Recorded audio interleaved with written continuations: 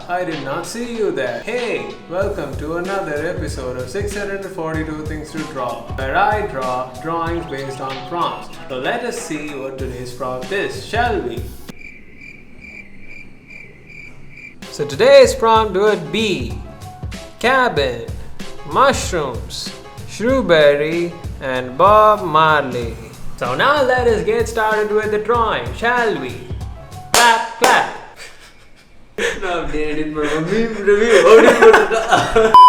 Kidding aside, joking aside, welcome to 642 Things to Draw. Today's prompt are cabin, mushroom, shruberry, and Bob Marley. And thing is, this is not the first time I'm attempting this prompt. This is actually the second time I'm doing this thing. Here's how the story goes. So last week I tried to do this prompt and I did some sketches on my book to get an idea. I started drawing the drawing, then I inked the piece which came out really damn well. I really loved it. Then for some weird reason I tried to color it using mediums that I'm not comfortable with. In this case is watercolors. I was trying to color it with watercolors. It was coming out okay. Then I was like, man, I'm not good with watercolors. I'm just gonna go ahead and color it with markers. And I colored it with markers. Then it came out really bad. I wasn't happy with the piece, so I threw the piece away. Just kidding. I have the piece away. I have a piece with me. This is the piece. Like, I wouldn't say this is the world's worst piece, but you know, I'm not happy with it. I want to do a better job with it, man. I've drawn another guideline based on the thing, and what I'm gonna do is now continue the process, ink this thing, color it up, and finish this prompt. Shall we finish it, my friends?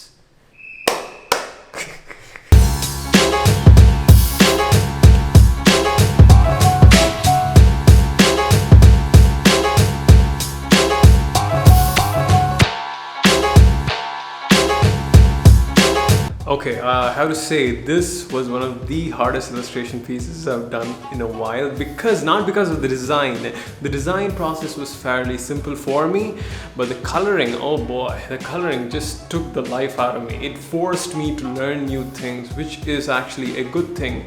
Again, I went too far with this thing. I went too perfectionistic with this piece in terms of choosing the right colors, but I'll get to that later, you know, in the episode. But the thing is, the design, I really like the design. I had a landscape-ish full-fledged design for the previous illustration piece which I screwed up the colors for, and that was like full, you know, like it covered the entire page. But what I went for this illustration piece was that I chose a sort of a design that's standalone, that's in the center of the page, and I also wanted to make sure that all the drawings and illustrations that I draw can be repurposed into some other things that I like. For example, I can actually turn this thing into a sticker. You know, like that is something that I'm really interested in these days. Like, I want to make stickers because I know I have lots of notebooks and I want to stick some stuff on those notebooks. And that's why I wanted to make some sort of like a standalone piece. So I had some sort of a floating island in my mind, and that is my base. And I took the prompt shruberry. For those people, like some of you actually don't know what a prompt is. Prompt meaning you're prompting something. It means a drawing idea. And that's what a prompt is. Like, I saw some comments that asked me like, Keshav, what's a prompt?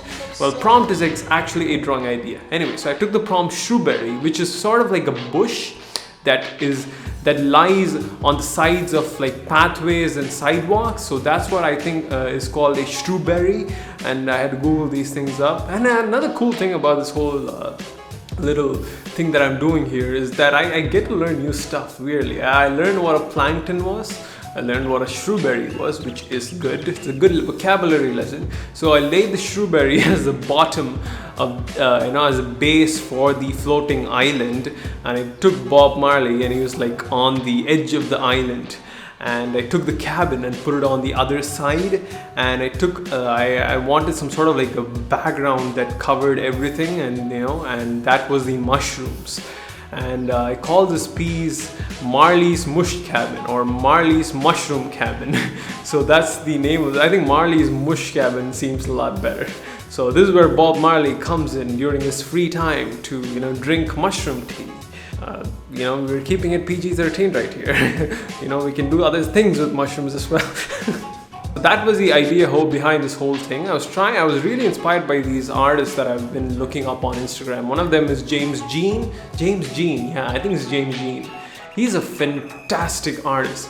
I think he's a good mixture of cartoonish style and postmodern art and colors and lines and good quality rendering and everything, and I find a lot of inspiration in him. So I wrote that down in a post-it note next to me while I was inking the thing, so that I'll be reminded of his work while I was actually inking the stuff. So that's what I did for inking this piece. The coloring section, oh boy, it was hard. It was a big process. I think I've spent probably like 4 or 5 hours, solid 5 hours spread over many days, of course, coloring this thing and letting it sit for a while so that I can take a break and come back and see the colors. It never sit well with me. None of the color schemes worked well for me because I've never learned how to choose colors before in my entire life. I just go with the colors that I feel natural to me, which is not exactly a great strategy, but that was the one I was using and it was working well so far. But for a piece like this where I expected a lot of colors to work well with each other, this is the hard part actually. To actually make an illustration piece which has multiple colors in them and having all those colors work well with them, that is really hard to pull off.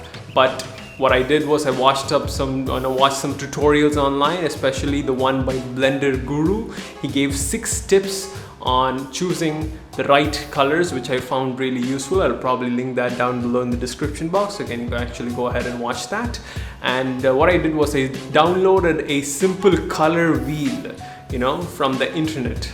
I just googled color wheel and I just downloaded the first image that came up and used it as like a reference near my image so that I'll know which color will go well with each other. So I just pick one color, I color that in, then I choose a color that goes well with that first color, then I use that color, then I use another color that goes well with the second color, and I repeat the process like this. So I just keep on choosing colors one at a time, and that's what I used for this illustration piece. And finally, what really worked well was I stuck with the main 4 colors, which was RGBY, red, green, blue and yellow. So I just stuck with those things and I used those 4 colors and the variation of those 4 colors into the piece, and it worked really well. And here's another technique that I used to color the mushrooms. I just took 3 colors on the warm side, which was yellow, red and I think green. No, I don't think I chose green.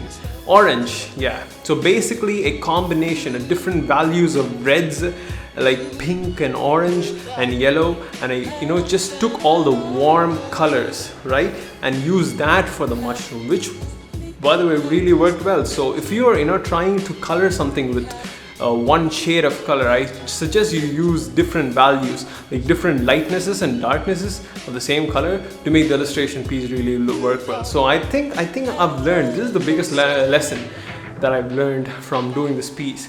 You don't need a lot of colors to make an illustration look colorful. You just need like 4 or 5, even 3 would work. 3, 4 or 5 colors and a variation of those shades and values and contrasts.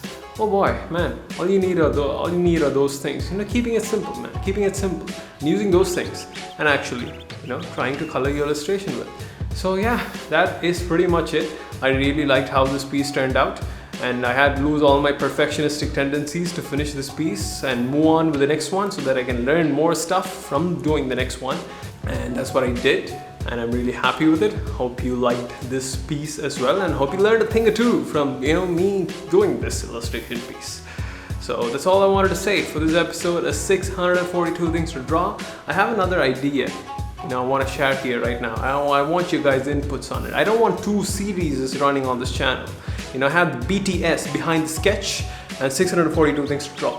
I'm thinking of making 642 Things to Draw a segment in BTS and combine those 2 things and have those series run every Wednesday. What do you think? Let me know down below in the comment section. And that's all I have for this video.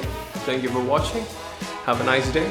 Be nice to one another and be awesome. Bye-bye. I keep hitting my camera and one day it's gonna fall. I'm damn sure it's gonna fall.